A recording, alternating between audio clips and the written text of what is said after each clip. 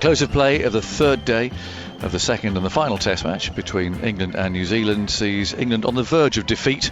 They're 122 for 9 in their second innings, so that gives them a lead only of 37 over New Zealand. The last pair together, Stone on 15 and Anderson yet to score after a bitterly disappointing batting performance after New Zealand have been bowled out for 388, giving them a lead of 85.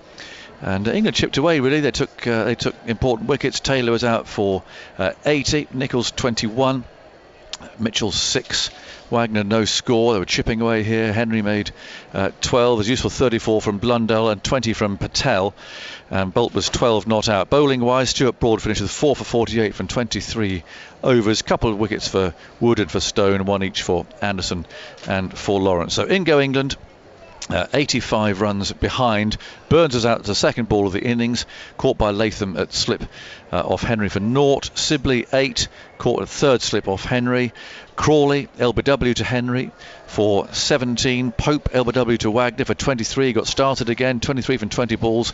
He got out at 58 for 4. Lawrence out 2 balls later, caught behind off Wagner for 0. 88 for 5, 71 for 6. Bracey did at least score his first runs in Test cricket, but fell to an ugly sweep shot, premeditated, his bowl behind his legs by Patel for 8. That was 71 for 6. Meanwhile, Joe Root had basically weighed anchor up at the other end. 11 from 61 balls, including just one boundary. So unlike the normal fluency of Joe Root's batting, but I guess he was probably pretty dumbstruck by what he was seeing at the other end. 76 for 7 when he was caught behind off Patel, the spinner, trying to cut a ball. He was taken by the wicketkeeper, all over by the shouting really, except Wood at least put on 44 with Stone. He made 29. He was caught behind having a swipe, big looping catch to Blundell off Wagner, and Broad didn't hang around. He was bowled by Bolt for 121 for 9. So New Zealand didn't opt to take the extra half hour. They probably wouldn't have finished things off by then anyway, and so we will return on the fourth day, not for long I don't suppose, depending on how long Stone and Anderson can resist, how long it takes New Zealand to score that small total to win the game and win the series and inflict Joe Root's first home defeat in a series as captain. Where do we start? Alistair Cook, what do you make of that? Bitterly disappointing. You know, as I said, when I thought England bowled okay. I think that was a par score New Zealand got on that wicket. You know, not the only bit you can be critical of New Zealand, not one of their guys who got in when and got a big 100, which would have taken it above par. I think 380 is about par, and you're expecting more of the same from England. I think it was going to spin a little bit. You thought New Zealand would get it to swing a bit, and you thought it's going to be tough for 20 overs, but not majorly tough, just English batting conditions tough. The sun is out. Edgbaston's normally a good place to bat, and you just thought, right, can England bat well enough to put New Zealand under pressure in the fourth innings? And quite frankly, they haven't been good enough. And I think the only way that they've got a fragile batting lineup, that's the word I've got in my mind. You're always watching them thinking, if they lose one wicket, they could quite easily lose 2, 3, 4. And when the pressure comes on, whether it's inexperience, whether the players aren't quite good enough, they can't withstand the opposition's bowling. Michael Vaughan. Yeah, I think Cookie's summarised it perfectly. I just don't think they play the situation. Rory Burns is in great form. You've been given a lifeline as a team to only have a deficit of 85. It was looking like 150, 170, let's be honest. So England dragged themselves back into the contest, and your job as an opening player is to go out there and just calm everyone down, just set the foundation, and to play that shot second ball. We've not seen him play that shot in the 3 previous innings. He's been playing beautifully, so that sets the tone. New Zealand's catching's been fantastic. Fragile is a good word. This batting lineup is fragile. Are we starting to look at players and think, are they good enough? We have to, because they keep getting out cheaply. In Ollie Pope, we sit here, Aggers, on commentary, and we have done pretty much throughout his Test match career. Tremendous 100 in South Africa. It's the same story for Ollie Pope. We get excited, we see drives down the ground, we see cover drives, see flicks through midway, we go, brilliant. He's got the game, but then he gets out, and he doesn't seem to get out in the same way. It's always a different way, and you think, why? Is there something in his mind that's not triggering? Only he can answer that. But it is a fragile batting lineup, and you can say that Ben Stokes comes back in, Josh Buttler comes back in, but that's only 2 of 7. Yeah. It's 2 of 7. It's not like you're replacing 5. No. 2 of 7 that have arrived this week. In the first innings, I thought they were at 60 to 70 light. In this innings, I think they're 150, 180 light, which is a long way short. New Zealand bowled great. They do what New Zealand do. They play long periods of disciplined test match cricket with the bat in hand, with the ball in hand, and you've got to be mentally very good, technically very strong to play against a side like New Zealand, and just at the minute I don't think England have either. What do you do, Alistair? I mean, it wasn't that long ago that you were down there in the dressing room.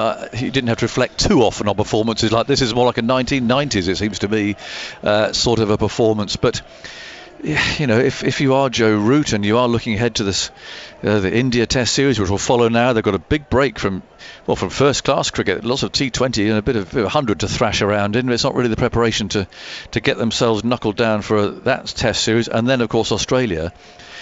But would it seem to you that any changes that you do make are likely to have to be sort of long-term changes? In other words, if you chuck out 1 or 2 now and you bring in 1 or 2 now, where does that leave you if those that come in fail and you've got these 2 big Test series on hand? I mean, what would you be recommending, or what would you be talking about as far as changing personnel is concerned? And are there the personnel to bring in? And I mean, we know there are 2 replacements, obviously 2 fit all-rounders coming back, but 1, 2 and 3 seem to be the issue, at least 2 and 3.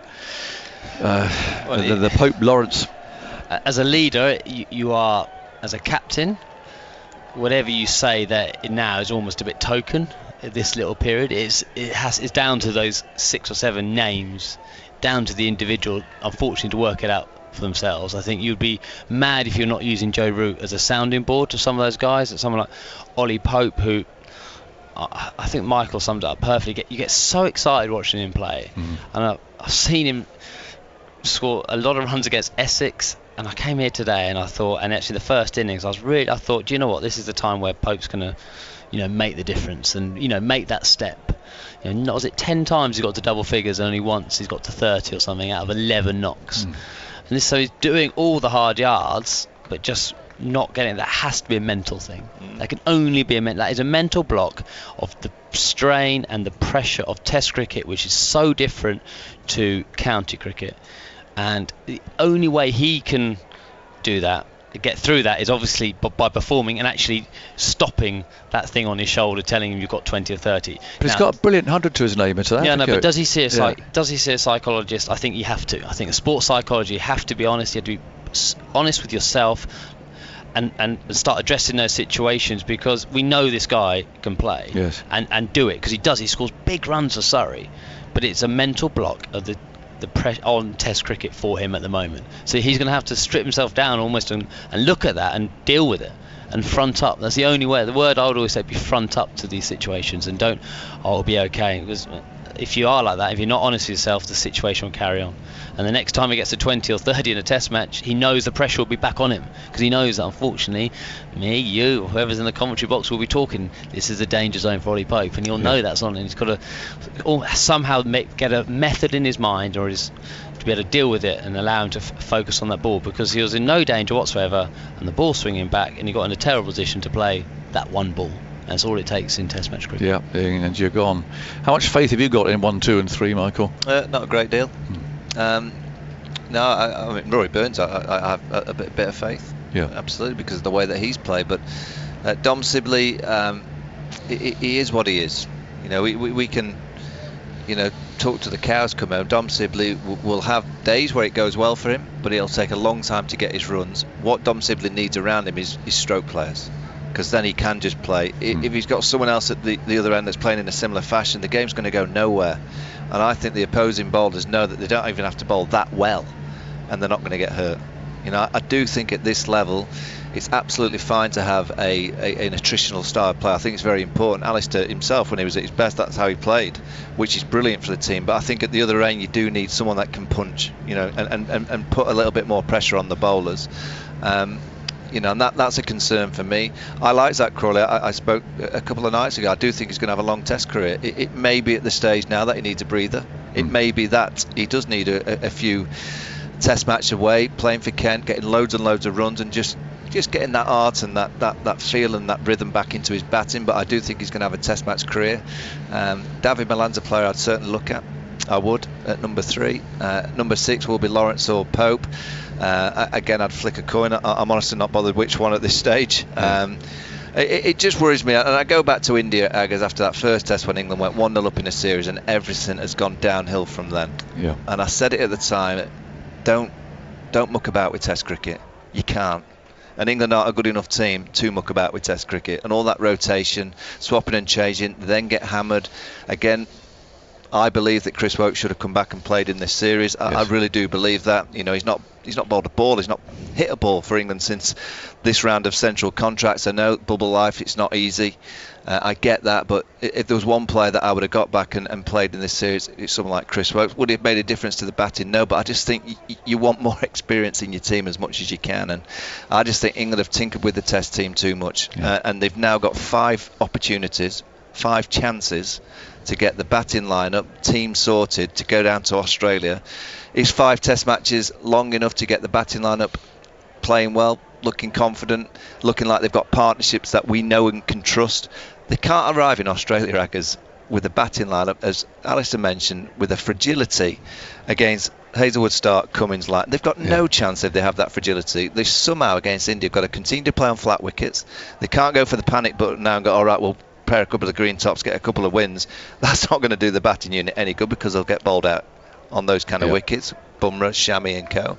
So they've got to stay consistent with the pitches that they're playing on, understand that may affect in terms of the results, but hope in time in the 5 games they suddenly find a batting unit that can be trusted. There's only I look at the team when they're at the best, and with the full team. Joe Root and Ben Stokes, I believe, have got a partnership. When they're together, I go, yeah, I can sit back. When Alistair Cook used to bat with Jonathan Trott, Andrew Stroud-Bell, he used to sit back and go, a bit boring at time, but you know what, bring me a bit of boring, and a bit of consistency. I just know that over the 5 games against India, if they don't find that consistency, it's going to be a long winter. Just a quick one. Cookie, 2 feet doesn't sound very much, half a metre, but it's about the depth of this desk that we're sitting at, and in terms of a length of a ball and what the ball does in those 2 feet, and the way that a batsman lines up his forward or back foot in those 2 feet, I mean, it does make a difference. And New Zealand have bowled half a metre fuller than England throughout this game when they've swung the ball. Yeah. They have. Those 3 are swing bowlers, aren't real swing bowlers. Henry, Bolton, and Wagner's turned himself into a swing bowler. He normally pitches halfway down. The only question I have about this, was that a dud ball that England got? And this is not me making an excuse for England. Doesn't change the length they bowled, though. No, but if it's not swinging and you're bowling the length that New Zealand bowled, you're going to get driven. You're going to driven. So did they pull it back because it wasn't swinging? And then when they changed the ball and they did swing, that is where I want to see, did they find that length there? Did they bowl that fuller length on that period? I actually think they did. And New Zealand had the answer for it. New Zealand were resilient in that period. They got a bit of luck. Ross Taylor played and missed a few times. That's some absolute jaffers. And Stuart Broad, another day, he could have got 2 or 3 wickets. But you earn your luck, don't you? Yes. Having the right mindset. And he looked ugly, Ross Taylor, in that period of 30 balls, but he had that look in his eyes of real steel. I'm not going to play a big cover drive. I'm not going to play many shots. I'll play a cut shot. He knew they were targeting his stumps, and he set up so determinedly, and that's using his 100 Test match of experience to get through that period, knowing it'll get easier. You just don't see that resilience and toughness from the England batsmen at the moment. Well, tomorrow's another day, but I think this particular cuckoo has flown the nest, as it were, because 37 is the lead. No hope, Aggers. And I can't see it. 122 for 9, unless Jimmy Anderson does something absolutely remarkable, along with Ollie Stone, and it'll be New Zealand's Test series and Joe Root's first defeat in a Test series at home.